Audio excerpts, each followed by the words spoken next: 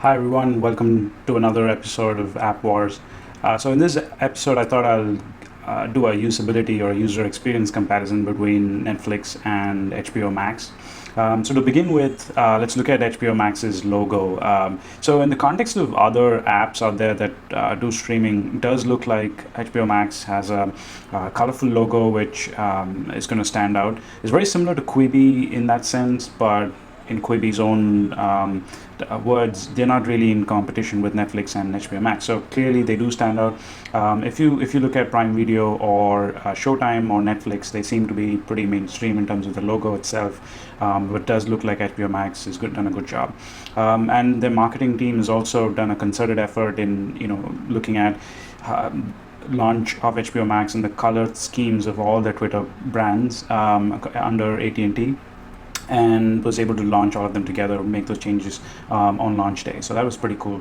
So let's go right into it. So when you look at HBO Max, I think the app, the number one thing that's missing from the app is the ability to discover new content in a more personalized way.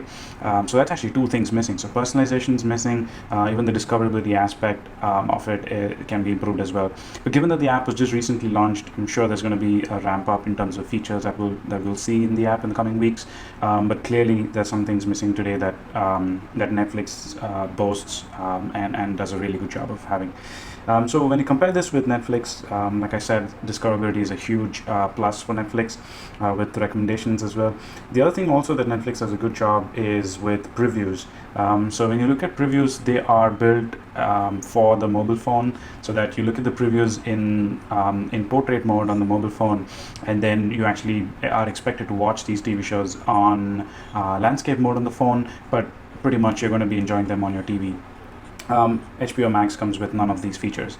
It does have a curated list of shows and movies that hopefully you're interested in, and then once you start adding those movies and shows to your list, they show up on the homepage, and if you've watched a certain episode and you come back to the homepage, you can continue watching as well. But here are some issues with this, right? So for example, if you've watched an episode of Top Gear or any TV show that you want, and you go inside that and you see the information about the episode, there's really no way to go back to the TV show itself. I've tried clicking on the top here, nothing happens. There's really no way to go to episode 4 or episode 6 or see more about Top Gear. I may not be interested to see more about Top Gear, but I definitely want to see if there's other episodes that I want to watch, especially if I'm rewatching some of the shows that are on this platform. And like I said in my review of HBO Max's content strategy, they do seem to have a lot of shows from different networks, which is a clever play compared to Netflix having a predominantly Netflix original strategy. So given that advantage, I think this feature would have been a compelling one for the users to browse different episodes of that TV show. The other aspect is the bottom bar. So the bottom bar is a lot more simpler than Netflix. So if I just go back, the Netflix is loaded with search, coming soon, downloads, and your profile and your account details, whereas HBO Max is very simple. But what that does is it puts a huge amount of load on your hamburger menu. And I know there are a lot of people who don't like the hamburger menu, and so, I mean, this is subjective, but this is just a huge list of things in your hamburger menu, which actually aid a lot in discovery, but those are all hidden here. So if you want to actually discover a few things, you need to click on that hamburger menu to see that. And here's what I'm talking about. So for example, if you have shows that are coming soon, they're going to be hidden under this menu here, whereas in Netflix, that's front, left, right, center of the bottom bar there. It's not front or left, it's right in the middle, right? So I think that's a big miss when you're looking at things that when you're looking at streaming services and the new shows that are coming up. That's something that definitely would expect HBO to modify in the coming weeks. The other nice aspect of the hamburger menu is actually something called Last Chance. This highlights TV shows and movies that are slated to exit the platform soon. So if you're a fan of the movie Titanic and you want to watch this movie, you better do that before July 1st to 2020. That's when it's going to leave the platform. I don't believe Netflix has anything similar to that. It does have external platforms that do indicate when shows are leaving Netflix and would recommend you to watch. But I don't think there is something like that. At least I've not noticed anything like that when you're inside the app itself. So yeah, and apart from that, I think from we were talking about discovery. One of the key things, delighters that I've noticed about Netflix is when you have a category that you're interested to explore, when you do a fast swipe, it actually focuses on new content that will be loaded. Instead of using Android's default ability to swipe. So when you have, let's say, a popular on Netflix and you just swipe quickly, it just focuses on new content to load up and not just show you ones that are about to be scrolled. And when you go slow, obviously the default scroll is going to be used. I don't know if this is an additional feature that Netflix added to improve discoverability, but it may be something small, but it was something that was noticeable, and hence thought I'll highlight it. The other crucial thing that HBO Max is missing is the integration with Kindle and Roku platforms. So if you want to watch HBO Max's TV shows and movies, you're pretty much left with your Fire Stick. Sorry, not your Fire Stick, but your Google Chromecast. That was what I was looking for. Yeah, so you're limited to that. So that's something that is shown here is your Fire TV Stick, but that's not available with HBO Max.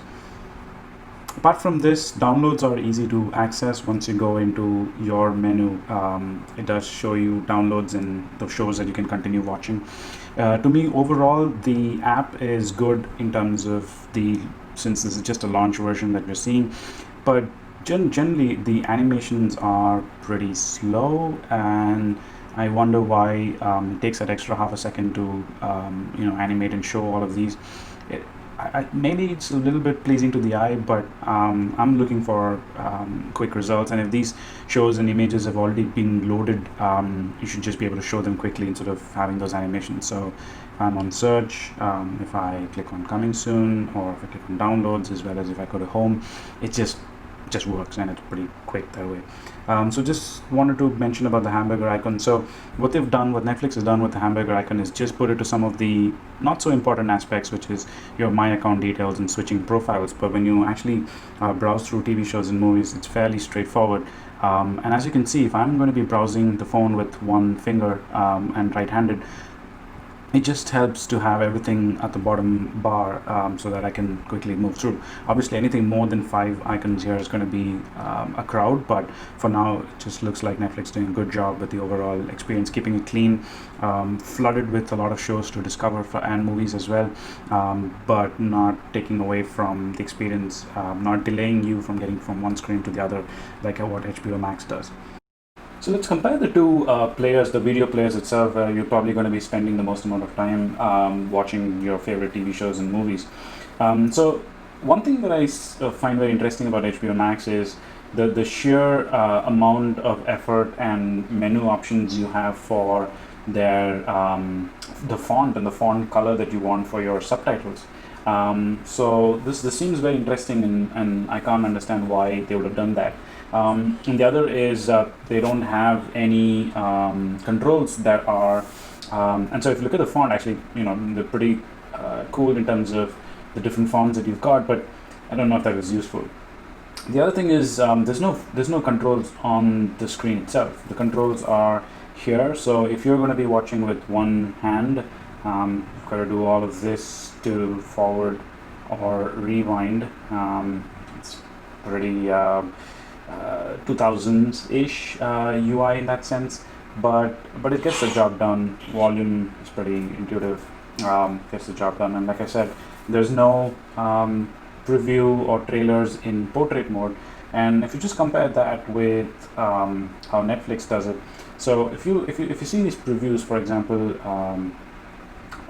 you'll see that they're all in portrait mode because they expect you to discover on your phone and then watch on TV. So that makes a lot of sense. So some of your previews here are in portrait mode that have been fed for this experience specifically, and I think that's pretty cool from Netflix.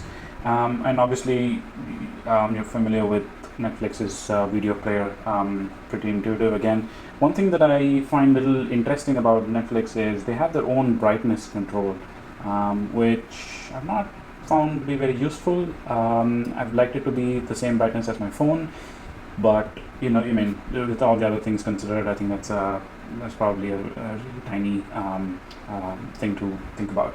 Obviously, forward is intuitive. You can also do double tap on the screen anywhere for it to forward as well. There's a clear next episode that you can go to as well if you're binge watching some of your TV shows. There is an option that you can select different audios in different subtitle languages, but that's about it. There's no crazy number of options that help you pick font color, whether you want them italicized and all that. You're not preparing for a Word document, for Christ's sake. So I don't understand why HBO Max versus, why would HBO Max actually venture down that path? But yeah, those are some of the cool things. And obviously there's also screen lock, which prevents you from making any changes inadvertently, which is pretty cool. One final thing I want to mention about HBO Max is what they call as content hubs. It looks like they just converted all their TV show and movie categories into something called hubs, which they're also using for partner networks as well. So far, all these networks are owned by Warner Media. So, for example, Cartoon Network shows will also show here. And if you look at the navigation, it's all the similar. It's very similar to navigating to categories as well. So here you have the logo of Cartoon Network, and when you go to action TV shows and movies, they is replaced with the text called action with the same sub menu as well. So those are some of the key aspects of HBO Max. The search is pretty intuitive as well, but given that the library is quite limited, the search results are quite limited as well. But having said that, there are some recommendations that you see on the search screen, but these are like the shows and movies that I've already watched and are curated on the homepage.